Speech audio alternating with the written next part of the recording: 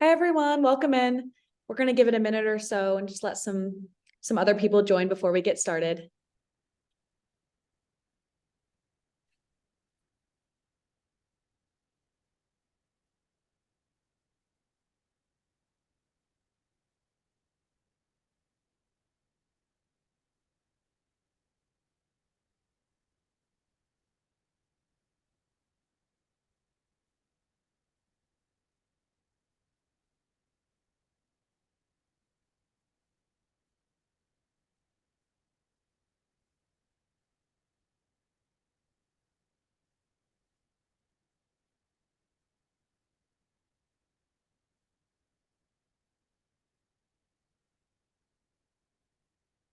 Okay, well, I think we can get started.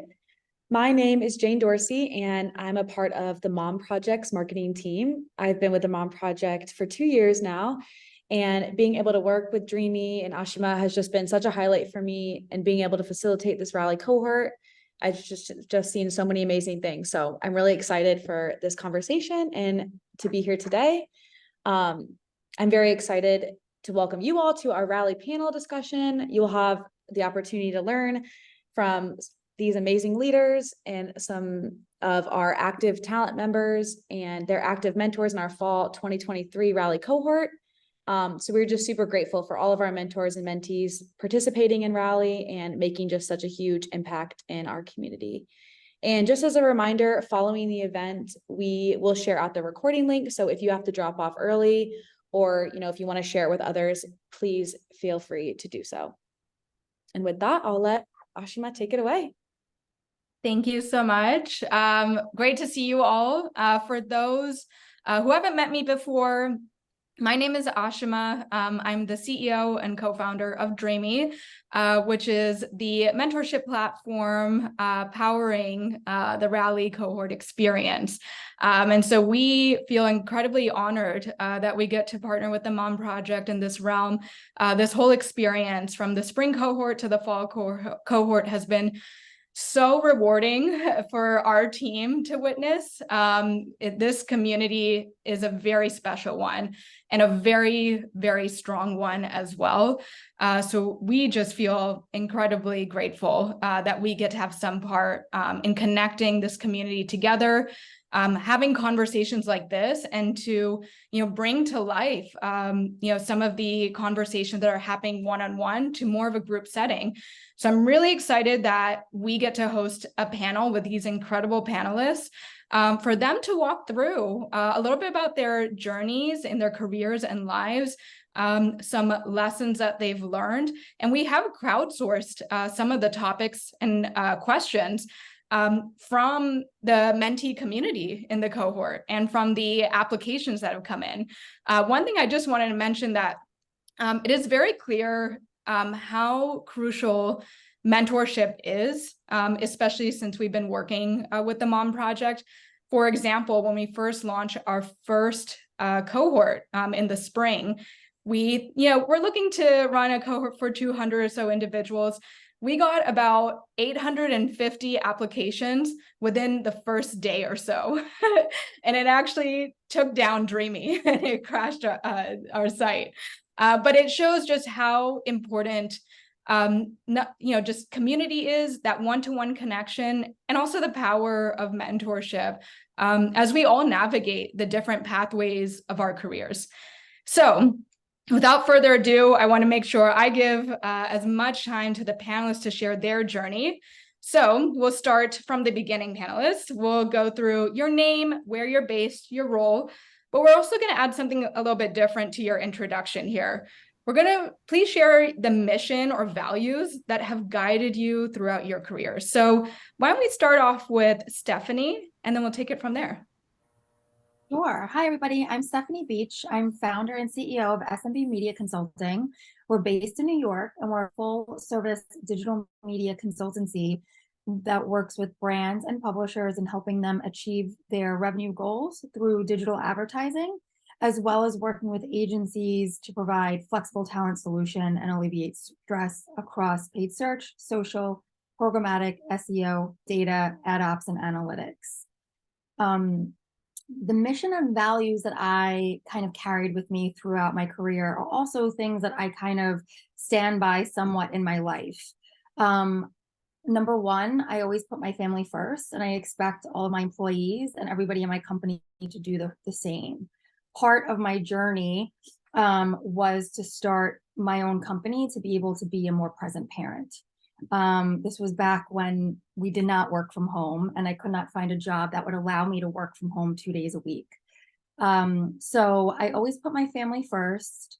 I try to be customer obsessed to give the best service possible.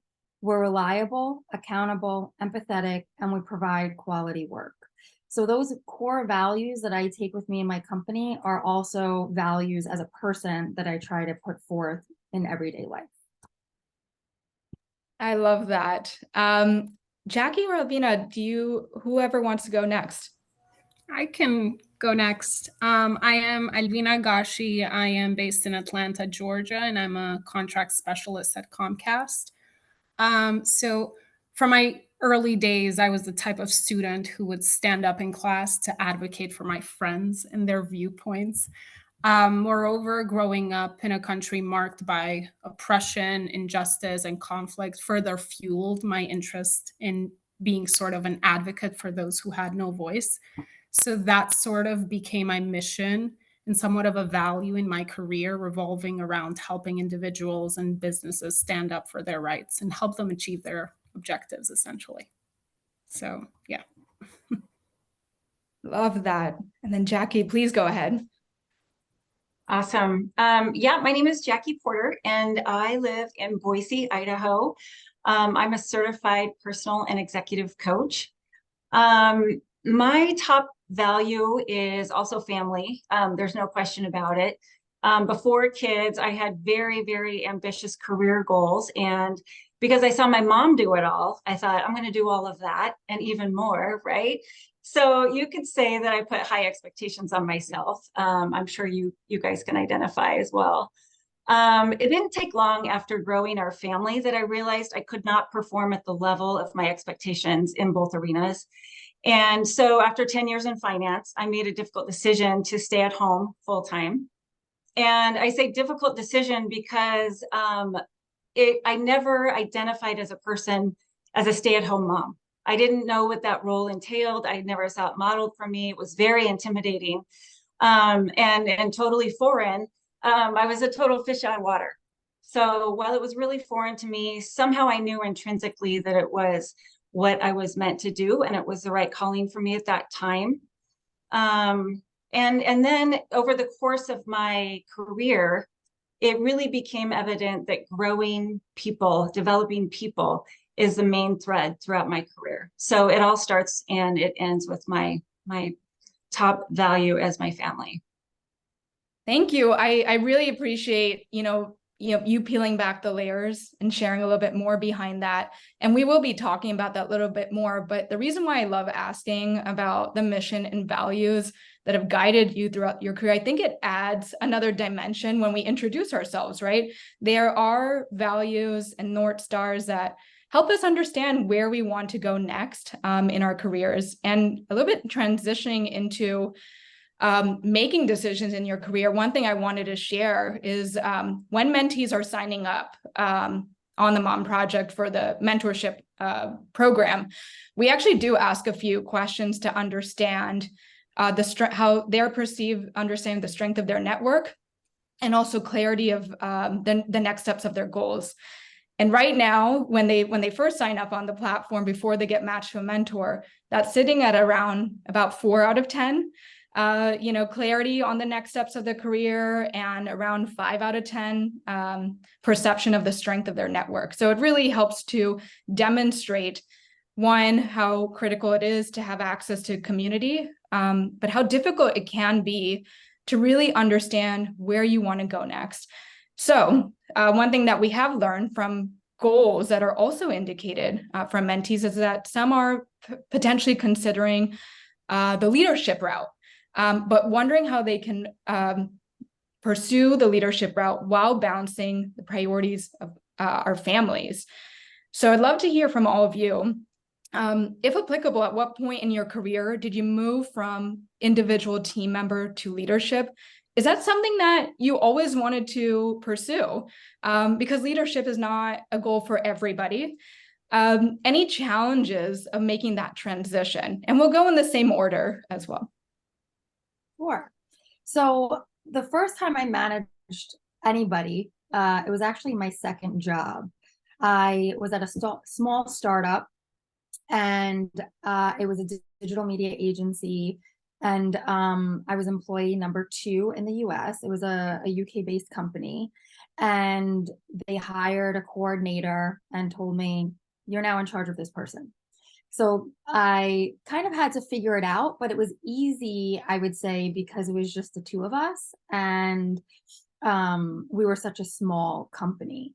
And so it was more of like a partnership than anything else. And I kind of was just showing him the ropes and what to do. As he was asking more questions and things was where I kind of developed more of, okay, like this person's coming to me as the person of knowledge.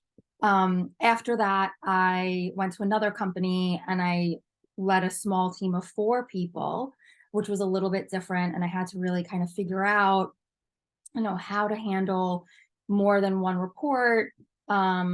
I'm a very organized person and I like to have things in order. So, I started to do weeklies with them and kind of understand what their goals were, understand what they liked about their job, what they didn't like about their job, and so on and so forth. And from there, I knew I wanted to be a leader. I knew that I really enjoyed developing people. I enjoyed leading people, and being a part of their career journey. I think what is so appealing to me, it's almost like a teacher, right? Like you always remember a really good teacher. So I like to be remembered as a really good boss that has left an imprint on their career mark. Some challenges, there's a lot. I think understanding the type of leader you want to be is important. What I find to be a good leader or a good boss is somebody who kind of leads by example, and somebody who adapts to the style of their employees, which could be really hard. But as you get to know the people that are working for you or with you, you understand really kind of what motivates them, what gets under their skin, what drives them, to do the best that they can do for you. And I really like to try to meet people and match people where they are.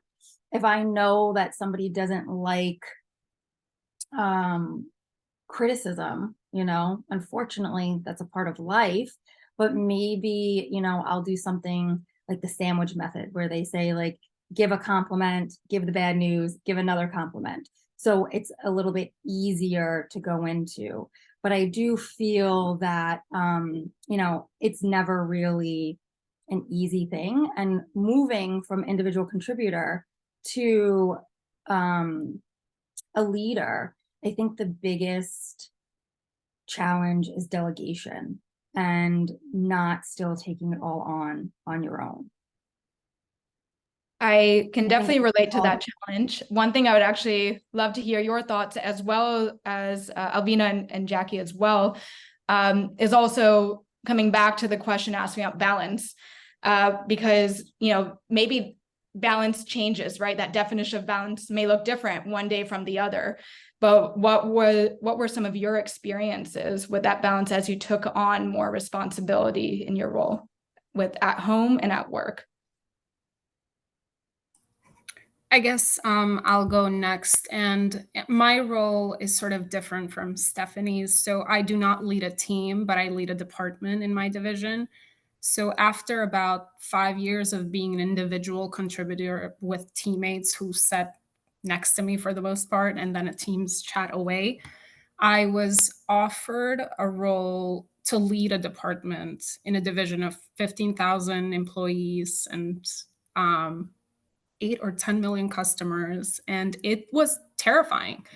It took me like 4 weeks of thinking whether I should take this job or not. I was terrified. And what's funny in retrospect is that I was wondering what these interviewers were seeing in me that I wasn't, you know? So I took a leap of faith. I took the job. It has been the best job that I've ever had in my life. And I've always wanted to be a leader. Thank you, Stephanie. I always wanted to be a leader, even though I was a very timid and shy kid. I wanted to be a leader from lack of good leadership. I've did not have the best experience even as a child or even as an adult. I've had some pretty rough managers who would make me cry sometimes. So I vowed that one day when I lead a team or have my own company or anything, I would make sure that everyone around me was comfortable and that everyone around me felt safe. So the challenges and how to balance that. So I think, and I think it comes with time, and the more you do something, you learn where your boundaries are, and you learn how to say no. So that's sort of been my guiding star when I feel myself getting overwhelmed by something. I just pivot and change my trajectory, or absolutely say no, this is too much for one person to handle, because we're taught that you work hard, that's how you get to the top. And it's like, everyone works hard, but it's at some point, some things are overwhelming for someone. So that's been a balancing act for me in a way. Well, congratulations. You did not mention that in our pre-call, how big of a responsibility, that department was. And absolutely incredible to hear that. It was a great move for you. But I also understand wanting to be a great leader based off of negative experience. It's unfortunate, but it does show what good can come out of that as well. And I'm sure people recognize that. Jackie, please go ahead. Yeah, wow. So many great nuggets there from Stephanie and Albina. I always saw myself as a leader. And once I was in a leadership role, I felt that it was a good use of my strengths. But there were definitely a lot of struggles along the way. I stayed at home for a period of time. And when I was ready to go back to work, I found that nobody wanted to hire me after taking a career break. I had great experience, I had a good education, and I just wasn't getting any phone calls back. And there's such a bias around taking career breaks. And this was back in around 2014. So quite some time ago.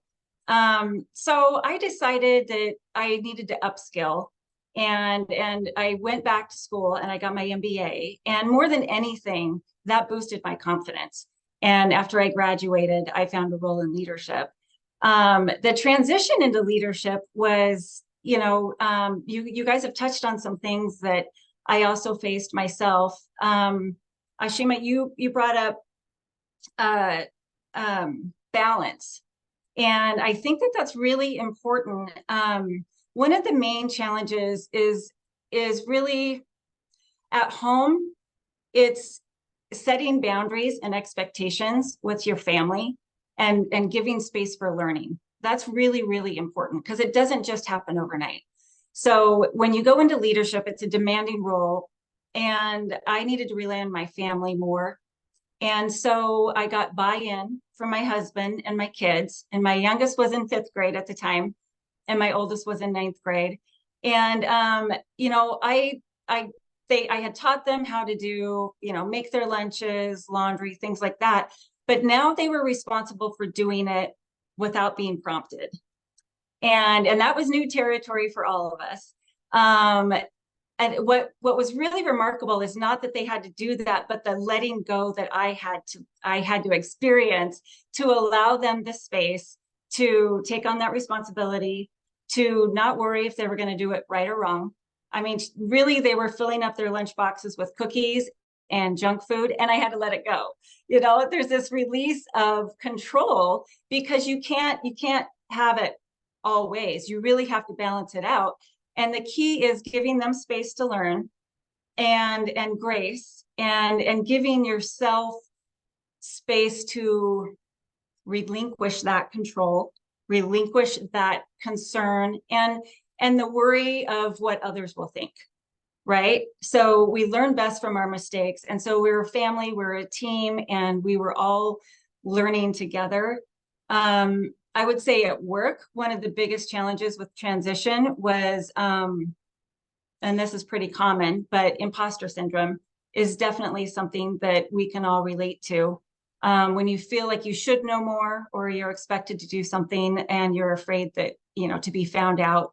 It also happens when your role, excuse me, may not align with your values. And so that can be difficult as well. I would say personally, from my experience in my transition, looking back into my leadership role, I would have had more confidence to say, yes, I'm willing to do this, but it might take a little bit more time or possibly some training. And having the confidence to delegate too. When you know your strengths and you can set boundaries around those strengths and those values, then you're really going to shine in that role. And that's definitely something that I eventually learned, but in the beginning, that was the tricky part for me. Okay, lots that I've been mentally taking notes of. So I definitely am excited to get access to this recording myself. I did have a follow-up question for you, Jackie. You mentioned there was a point where you knew you had to upskill. And so you went and you got your MBA. So there are quite a few mentees who indicated that they're in that fork in the road. Wondering whether or not to upskill, and if to upskill, what skills to acquire. So could you just walk us through your thought process on determining what were the right resources for you to gain new skills? Sure, yeah. I would definitely say assessing your strengths is first and foremost. So don't try to be something you're not. If you're trying to acquire skills that don't really already speak to you, then look for those that do speak to you already. So I love to learn, and I knew that acquiring more information would make me feel more confident. And so that's why I chose to go back and get my business degree. I also knew it would, make my skills more relevant into the work that I wanted to do, which was centered around, people development and human resources, et cetera. I would say, there's a lot of organizations that do returnships or have programs where people taking career breaks are relaunching. And there's some upskilling involved in those programs, but also if it's not within that program, then look to see, inquire within the organization what skills people are using, whether that's just, technology, I think, is the biggest hurdle that relaunchers face. And there's just an abundance of courses now online through Coursera and others where you can get those tech skills. So first and foremost, Mom Project, for example. And the Mom Project, yes. But just first and foremost, speaking to that, to your skill set and your inherent strengths. So really look inside yourself and be aware of where you're already strong, and then capitalize on that. Yep, I think that's a very solid set of advice there for everyone on the panel. For any aspiring leaders, how can someone prepare to step into that leadership role, even if there isn't one immediately available in their organization? Stephanie, we could start with you. Sure. So I always feel that leadership isn't necessarily a title. It's more of a way of being. And some people I know, shudder from it, and they don't want to be a leader, and they don't want to manage people, and they know that that's not for them. But I feel that it's a natural thing. So even if it's something you're looking to get into and it's not readily available, just act the part. Be there for your peers, be a resource, make yourself almost invaluable, where, you are the star on the team, or you are helping out with other people, or, maybe indirectly mentoring somebody, or indirectly, leading somebody that might be junior or new or just not confident in what they're doing, that will also help you build your leadership skills and boost your confidence. So I do feel like some people are always looking for that role or that title or, something to kind of make it official. And it could be frustrating, to be like, okay, I've been doing this and I really just want the title that comes with it. But I always found it to be more rewarding to have the people that I'm working with or, the people around me feel that I'm a resource to them and they could find in me and look to me for knowledge and help and support. I totally agree, Stephanie. I love that so much because I believe leaders are those who inspire the best in others. And so we can all be leaders in the roles that we're currently at. And moving from, an individual contributor to a leader, again, I would reiterate knowing your strengths and then capitalizing on your strengths. Self-awareness is huge for leaders. I would study leadership. There's so many books out there. And then I would, if you're in an organization that has regular performance programs where your feedback, where you get feedback on your work and you get the opportunity to give feedback, that's a great way to evaluate where you are and maybe if you're ready for the next step. If you aren't in an organization where you get that performance, and I would just go to your manager and just say, feedback on where you see my strengths, where are the opportunities that I can improve, and because you need to know where you stand and you need to be seen if you're looking into leadership. And I both agree with Stephanie and Jackie with your sentiments completely. I think by taking responsibilities in your families and in your communities, if there is not a job already out there, I think to start thinking strategically how to get from point A to point B, like a vacation, a picnic, or something. I think the challenge would teach each one different things for themselves, delegating, patience, and listening skills, and then you can all go from there. I do this with my daughter and my husband, and boy, do I get frustrated in the process. And I try to stay calm and be a good leader for them. So this is just sort of a tip of what someone can do. I really love the stress on finding your strengths.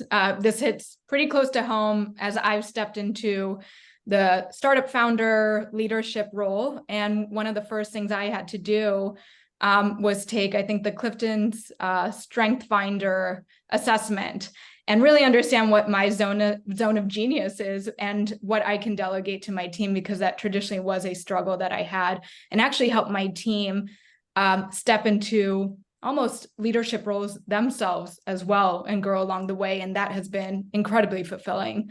So I do want to transition the conversation a little bit. So there are quite a few mentees who indicated that, they're in the process of, returning to work after a hiatus, and, had a lot of questions about that. If applicable to you all, I'd love to hear maybe some of the lessons that you may have learned from that experience. And we'll start from there and take it from there.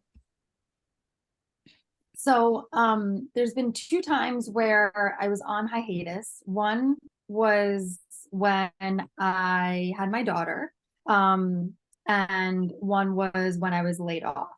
So 2 very different hiatuses for very different reasons. Obviously, for the planned maternity leave, I would say, don't stress it. What you're doing at home is so much more important than anything happening in any office. You need to heal, you need to bond, and these are precious moments that you will never, ever get back with that child. If you are stressed, or if you have, a lot of work and you just can't get your mind off that, I would say, maybe have someone on your team give you a weekly bullet of what happened. And during a midnight feeding, you can scroll through your email and check it and feel like you have a pulse on things.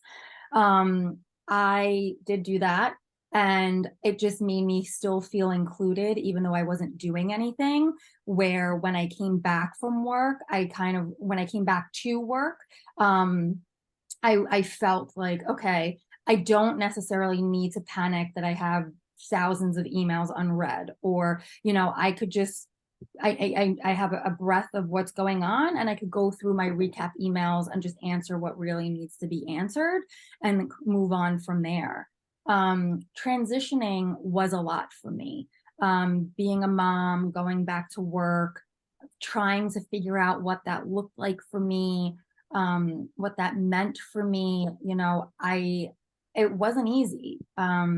I didn't know how to function being a mom and working full time. And, I would have almost like a panic attack if I left work a little bit late, and I was how am I gonna get dinner on the table, and I'm gonna miss bedtime. And it was really taking a toll on me. And so, I tried to just speak to my doctor, speak to my husband. I spoke to my boss, and I really tried to make sure that I left on time every day. And if I needed to sign back on after my daughter went to sleep and finish up some things, we would. I started telling myself it's only media and advertising. Like, it's not brain surgery. I'm not saving anybody's life. And really putting that into perspective. And then, really kind of just figuring out, what family means to me and how I'm going to prioritize that. It definitely was hard. And then the second hiatus I took was, well, not took, it was kind of forced upon me, but I was laid off. And my daughter was starting real school. She was going into pre-K. And I decided that, I'm going to take the rest of the year and help her with that transition, and decided that I wanted to work full time, but be part-time remote. And believe it or not, I interviewed for a little over a year, and nobody would hire me 2 days a week remote. I was willing to give up a team. I was willing to take a demotion. I was willing to take a pay cut. I was willing to do whatever it took to be able to just have 2 days a week remote, and nobody would hire me that way.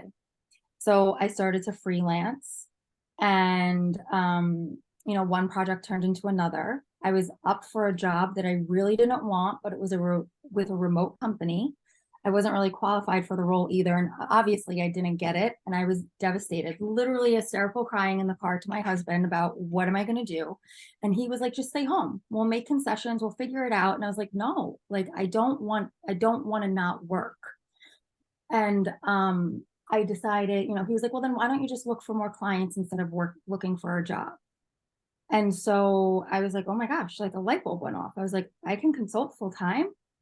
And so that's what I did. And I kind of created my path, which isn't something for everybody either. I don't want to, have everybody get off this call and be like, I'm just going to start my own thing. That was hard as well. And I started with zero, no clients, no nothing.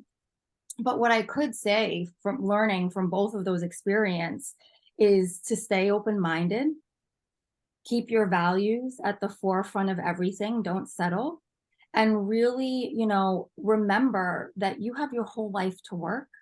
You only have this time with your child, being a child, for this time, and that's it. When today ends, they will never be this age again. You will never get this time back again. And that is more important than any job, paycheck, role, anything. But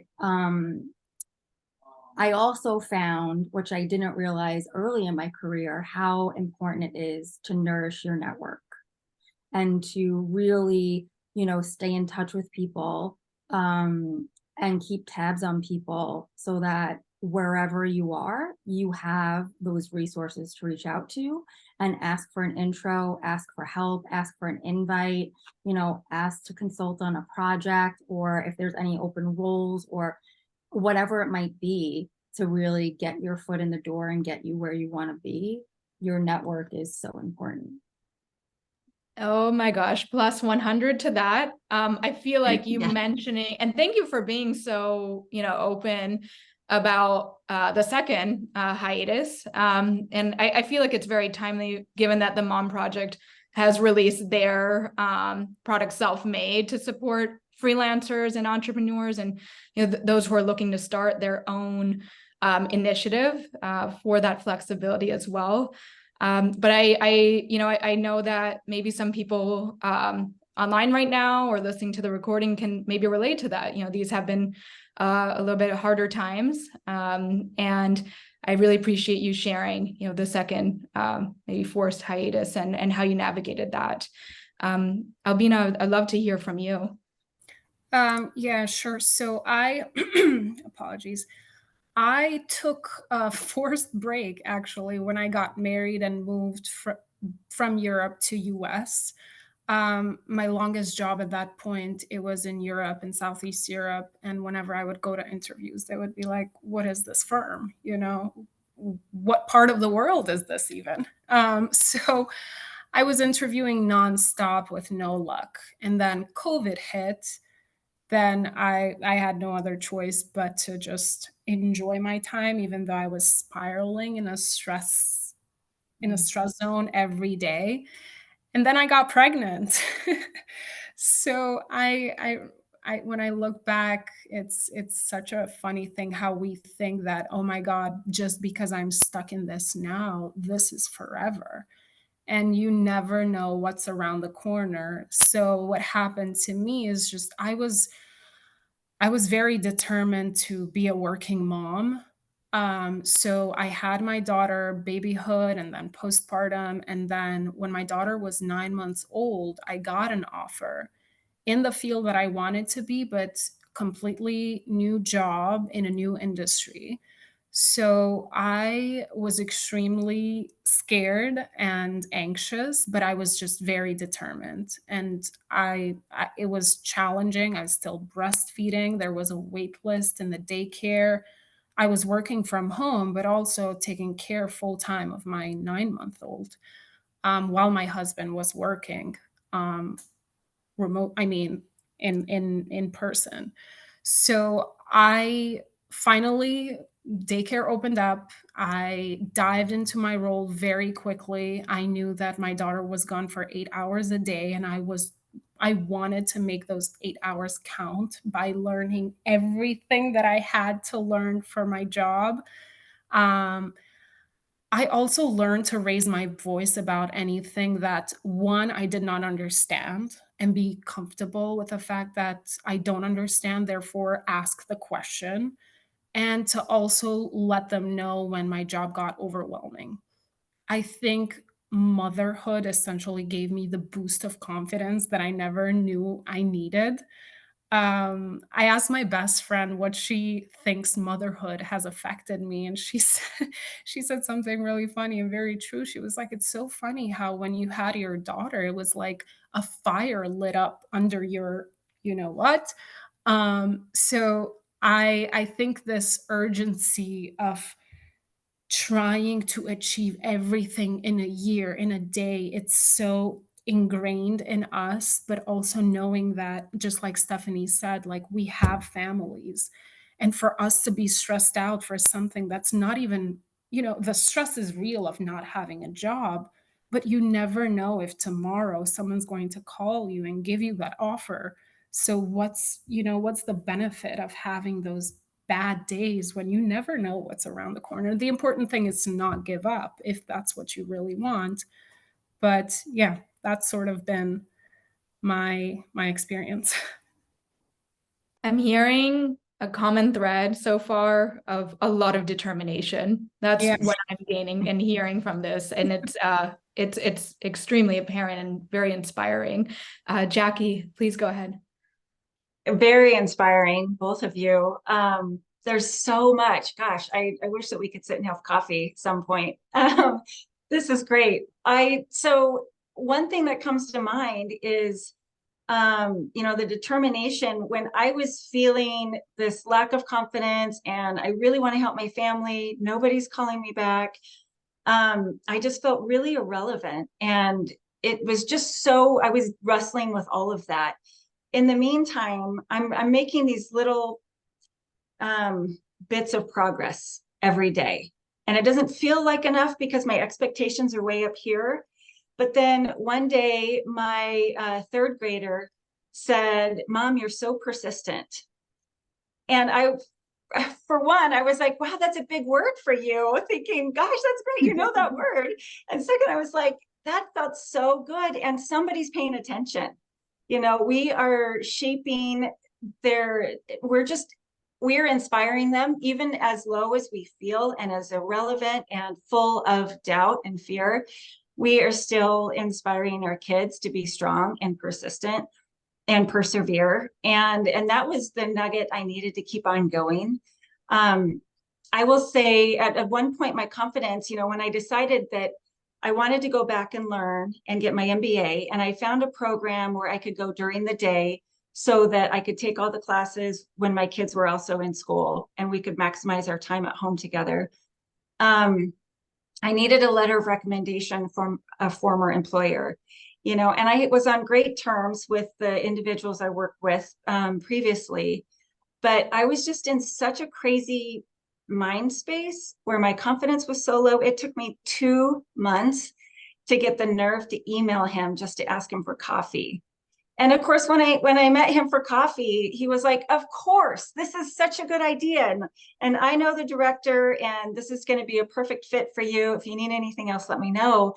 And I got there just myself, because I was lonely and I didn't, I can't remember which one of you talked about having a network, maybe all of you, but the network is so important. You have to surround yourself with people who inspire you, your best friend who lifts you up and can call your bluff.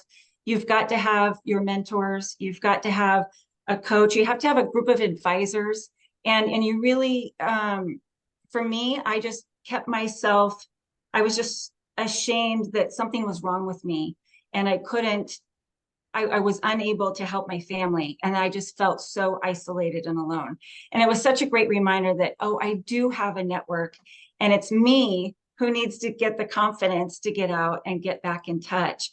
They're out there doing their thing. They're not thinking about me. They're not wondering why I haven't found a job yet. They're out there like supporting me and supporting you. And it just takes that boost of that leap of faith to get back out there. And to Stephanie's point, keeping that fresh all along is definitely a really great idea so that you can stay in touch and not lose it. This reminds me of something we talk about in kickoff calls when we start these mentorship programs, which is building your personal board of directors, because we talk about how a lot of companies, they have a set of experts and advisors to help support the company in its growth path. And, we as individuals, wherever we want to go in life, we also deserve that personal board of directors to support us and guide us. And a lot of the points mentioned reminded me of that and how critical that is. This conversation has been so good and very insightful. We are nearing the end, actually. This is a 45-minute panel, so I just saw the time that we're nearing the end here. I'd like to do some rapid fire to close off. If there are any members listening right now who do have questions, feel free to put in the chat or use the Q&A function or raise your hand. Either way works. If you do have any questions you want to ask, definitely use this time to do so. But first, we'll go through the rapid fire to close off. So for each of you, let's go through one book that has helped you in your career, any words of encouragement that you want to share with the group, and then a defining moment in your career to date. So a book that I think would be relevant to this group and had helped me, especially talking a lot about confidence and imposter syndrome and taking a leap of faith, is Girl Wash Your Face by Rachel Hollis. And it basically tells you not to downplay yourself and to step out of the shadows and shine like you were meant to, and that what you're doing matters if it matters to you. And it really helped me believe in myself and build my confidence to do what I was doing and not make it like, oh, I'm just starting this little company here. Like, no, I am starting this agency and I'm going to rock it. And, you know, in the last 6 years, we've grown so much. We've won awards, like things that I've never even thought would be possible. And I do feel like this book helped me with that. Words of encouragement for the group, I would say to never give up. You know, persistence is definitely key, as Jackie said. But don't give up. Know that the road that you want to get to is not going to be a straight one. So get ready for a bumpy ride, but definitely learn from the hard times, learn from your mistakes, and use that as motivation to do better. I don't remember the third one. A defining moment. I would say the defining moment in my career was fairly recent. My company won the Inc. 5000 award for fastest growing companies in America. And I kind of felt like it was validation that everything that I'm doing and everything that I've done just made it all worth it. You know, it really did. And I do have to remind myself sometimes, like, why I'm doing this, right? Like why I started my own company, and it's more to be available to my daughter and be here for my family. So sometimes when I get stuck in the weeds or I'm down on myself because I didn't get that deal, you know, my husband's like, remember why you're doing this. Remember why you're doing this. Remember what matters. So true. Congrats. But that very much rings true to me for sure. Alvina, go ahead, please. So this book was recommended to me by my mentor in the Mom Project Mentor Rally in 2020. I'm so thankful to her, and I'm still in touch with her. The book is Fair Play by Eve Rodsky. It's a book about managing parenthood and career with a spouse. It's a book that has boosted my ability to set boundaries for myself personally and professionally. So some words of encouragement, I think, to not be afraid to ask for more and to speak up when you're overwhelmed. I think those are key to achieve the success that anyone wants to achieve. And a defining moment in my career, I think having my daughter, which is really counterintuitive, some people, you know, but she really gave me the power and the confidence to go in meetings and go in interviews with the goal of being related to and not liked. Like now I'm just like, okay, I'm a mother. I just want to be related to, but if you like me or not, that's up to the other person. Oh, that's so good. I love that. A book, I would say Atomic Habits is a recent one. And James Clear writes a really great book, and it's more of a holistic approach about life success and not specifically just career. So it's one thing that really resonated with me is how we look at goals and achieving goals. So if we're looking at the goal of, you know, relaunching or pivoting in your career, then looking into the center at what you believe in and who you identify with is how you achieve that goal. So if you identify with a person who's capable of making a big impact in the marketing arena, like Stephanie, what are the actions and the processes we do daily that would help us achieve that goal? If you go out and you want to get a new job, but you're identifying as someone who doesn't deserve that job, or you have some doubts, then it's going to be that much harder to get that goal. So it's really about your identity and your beliefs. And I just love that book for that reason right there, among many others. I'm halfway and then through it. It's really good. It's so good. It's really good. And it's a quick read too. Words of encouragement, I would say, is something my coach told me, which is your value can never be lost or gained. It can only be forgotten or remembered. And I think that is so important to remember as you change your identity and you look to reinvent yourself in a different way. Your value stays the same, And to Albina's point, if somebody doesn't see you that way, that's okay. It doesn't impact your value. I think that's really, really big. And a defining moment. I would say a defining moment for me is the need for community. I am giddy that the Mom Project exists and so many other organizations like the Mom Project, because I needed that so many years ago, which is why I feel like I've done full circle for myself in becoming the person that I needed back then. So I'm here to help others, and that's, it fills my cup. Oh, that's such a perfect note to end on. This was awesome. I do want to give that last chance though. Are there any questions that anybody has? Again, you can drop it in the chat, do a little hand raise, put in the QA feature. If not, then we can start to wrap it up. I just first want to extend my gratitude for everybody, panelist, Jane, the Mom Project, and everybody who tuned in to listen and will listen to the recording. Conversations like this are so necessary.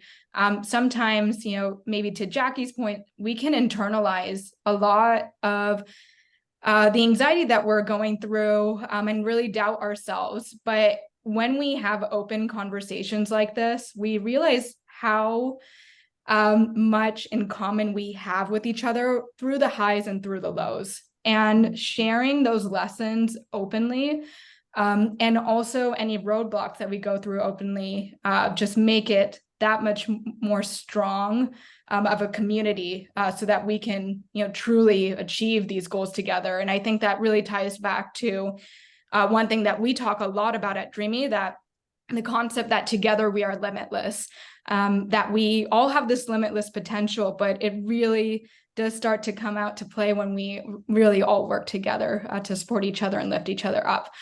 And this is an example of that happening in real time. So again, huge thank you to everybody.